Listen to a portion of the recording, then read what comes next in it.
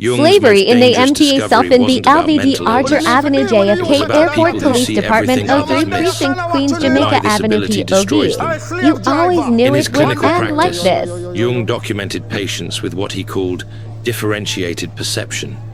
Individuals who could read micro-expressions, sense hidden emotions, and perceive psychological patterns that escaped everyone else.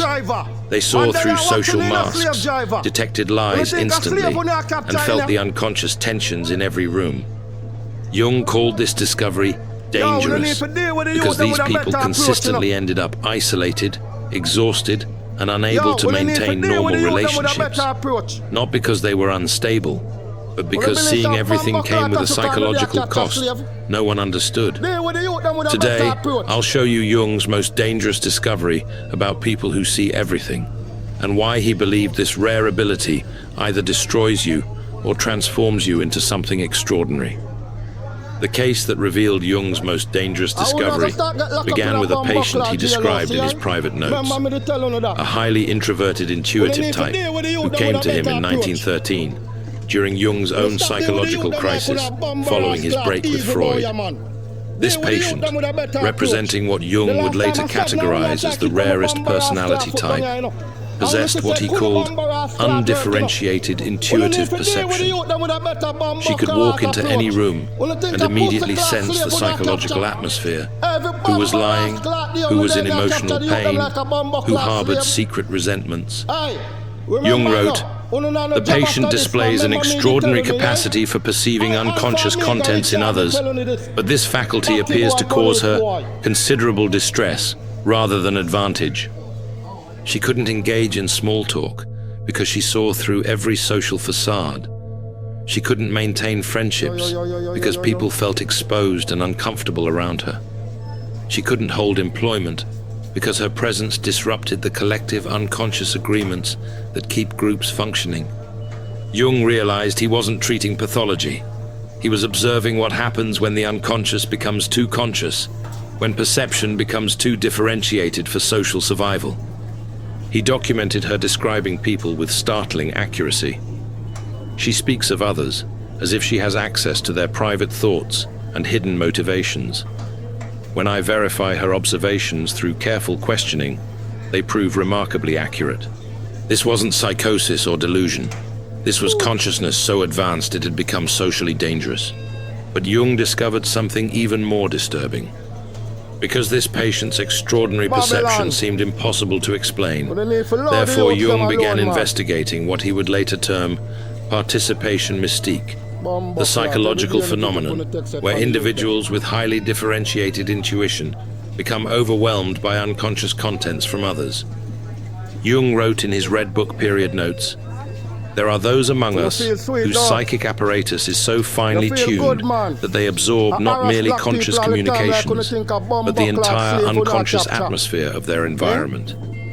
Modern research by Dr. Elaine Aron on highly sensitive persons validates Jung's early observations. Her research shows that roughly 20% of people have heightened sensory and emotional sensitivity. But Jung identified something more specific within his psychological typology. The introverted intuitive type, comprising roughly 1% of the population, who don't just feel deeply, but perceive unconscious patterns with startling clarity. Jung observed that these individuals have what he called differentiated intuitive function. Their brains process not just obvious social cues, but unconscious emotional states, repressed content, and psychological patterns that others cannot detect.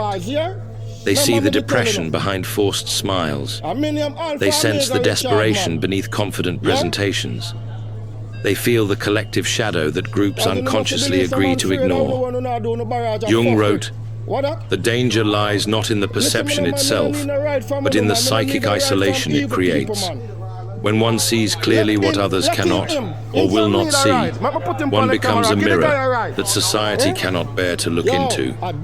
This creates what Jung called the problem of the superior function, when your greatest strength becomes your greatest burden because it separates you from collective unconscious participation." But Jung discovered the real danger wasn't the perception itself. Because people with highly differentiated perception see others' unconscious contents clearly. Therefore, they become targets for what Jung extensively documented as shadow projection, where people unconsciously attack them for reflecting what they refuse to acknowledge in themselves.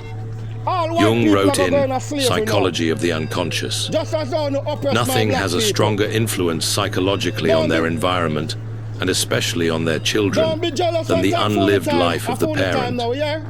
But he discovered this principle extended to all relationships.